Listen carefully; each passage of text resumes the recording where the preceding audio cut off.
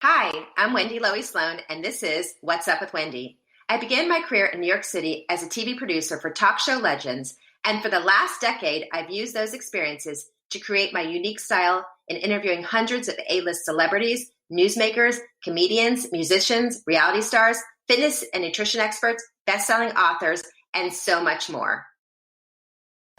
Coming up is an episode featuring the founder of Milk Bar, Christina Tosi. We're talking everything Milk Bar and so much more. You won't want to miss this episode of What's Up with Wendy.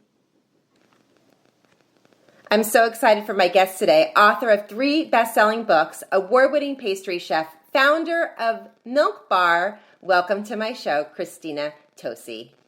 Thank you so much, Wendy. I'm so happy to be here with you. You have no idea how long I have been waiting for this interview.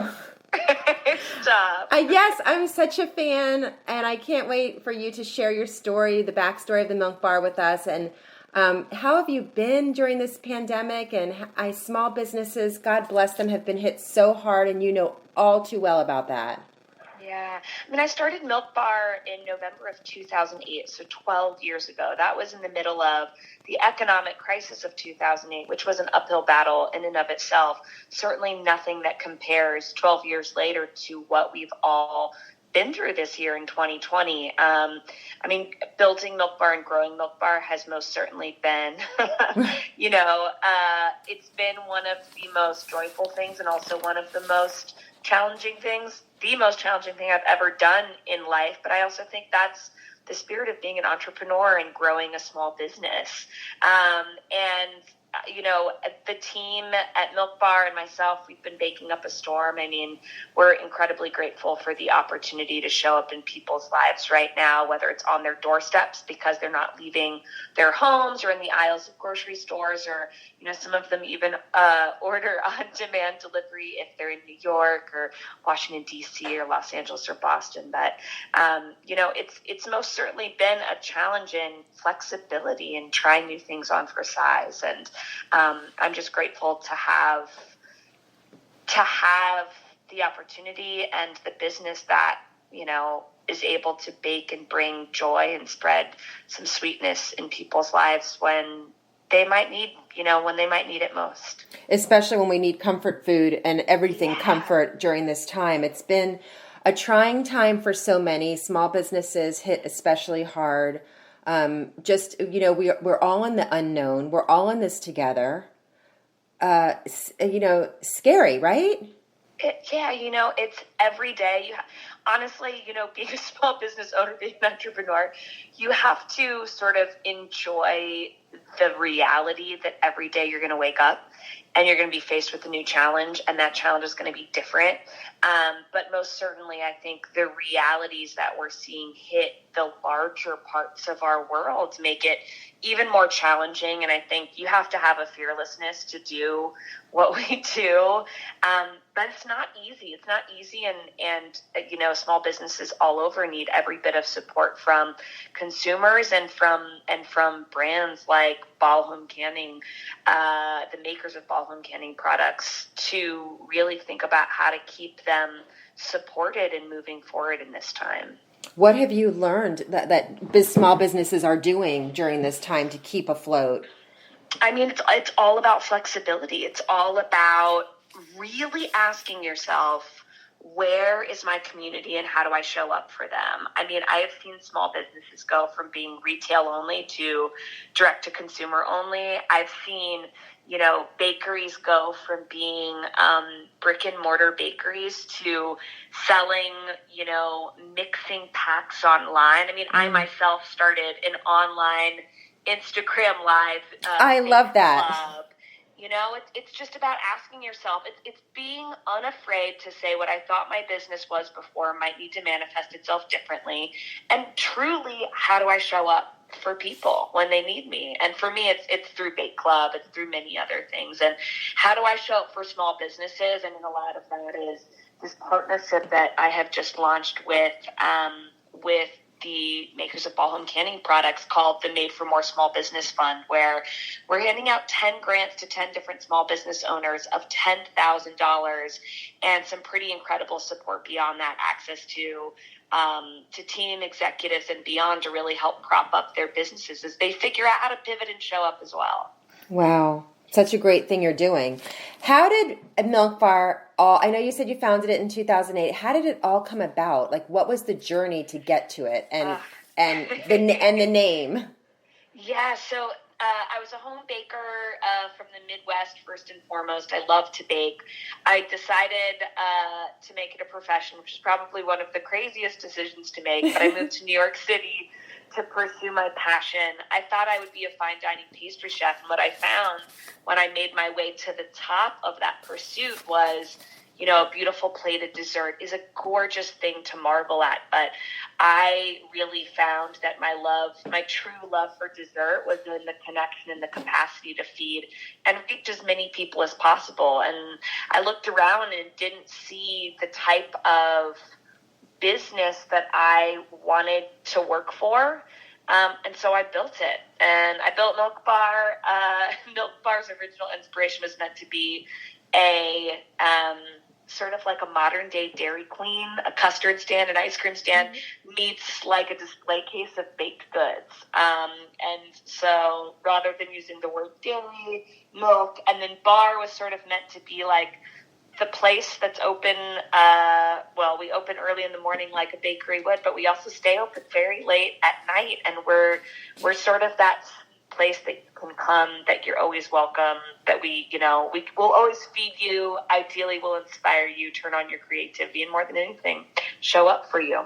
Amazing. I love the whole concept, and the fact that it's grown so much. You were living and working in New York City, but you opened up your flagship in DC. Why was that? Yes.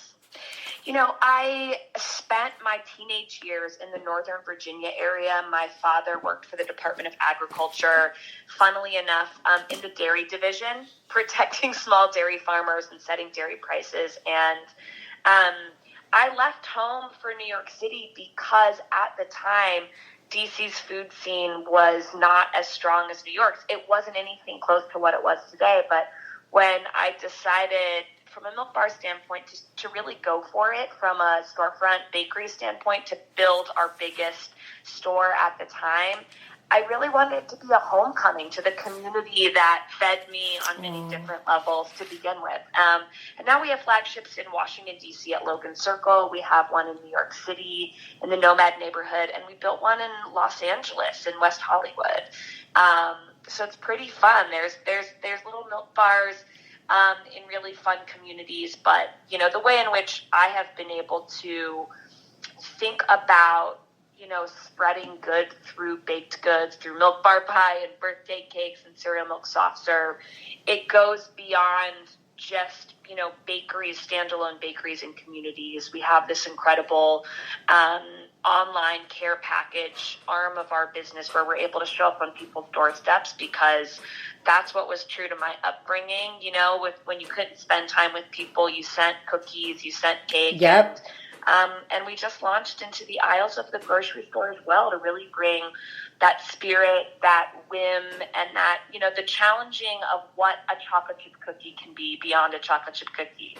What a bite of cake can be beyond a traditional slice of cake. And, my mission is really to inspire the 10-year-old version of me, and that 10-year-old fell in love with food in the aisles of the grocery store. So I really, I love it. Follow your heart, Yeah. Start a small business and have it stick.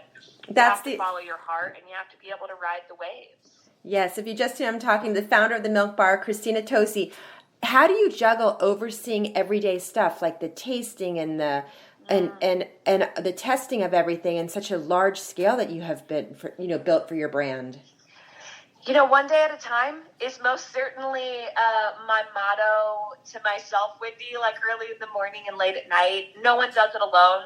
I don't do it alone by any stretch of the imagination. I oftentimes sort of remiss that I get all the credit, but so much of this credit is due to my incredible team. It takes an incredible team. It takes a village, right? It takes a village. It takes a heartbeat of people that share in your values, and honestly, it takes a great deal of trust and confidence, and knowing that what you start in your vision, it only works if you plan on sharing it both with your community and welcoming people into your fold. And that has been, I think, so much the strength and the brilliance of what we've been able to achieve at Milk Bar. It's a shared vision. You know, when we come up with our peppermint bark cake or our peppermint bark snaps for the holidays, yum.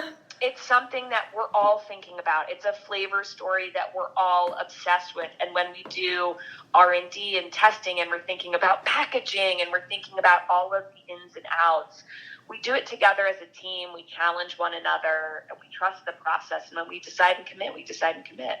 When you love what you do and you have a passion for it, it just speaks volumes. Look what you've done with, Milk Bar and its success. It's amazing. And you're the author of 3 best-selling books. Your new book, I love the title, Milk Bar Kids Only. Yes. Love it. It's so much fun. It's that cookbook that's for the kid by age, or I like to think the kid at heart. That's something that I'm always looking to hold on to, going back to that spirit of lightness and levity when getting into the kitchen and blocking out 30 minutes or an hour to just sort of escape amongst, bins of flour and sugar, jars of, salt and baking powder and baking soda. That's one of the most wonderful things in the world, I think. If I was anywhere near what you do, I would be like, oh my God. No.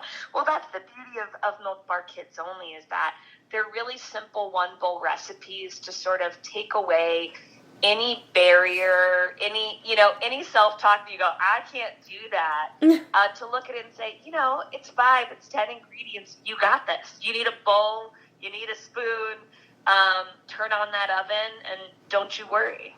Oh my gosh, so fun. So any new creations brewing, Christina? Well, we're working on our menu for the beginning of next year, because we are finalizing our last batches of peppermint bark everything, peppermint bark truffles and cake and snaps for this holiday season, which we're excited to just sort of like round out 2020 and then put a bow on it and say goodbye. But we're working on new recipes into next year. We're working on new truffle crumb cakes and cookies for the aisles of the grocery store. And honestly, the newest recipe that I'm most excited about is this recipe that I just made on Bake Club, my live Monday Instagram, 2 p.m.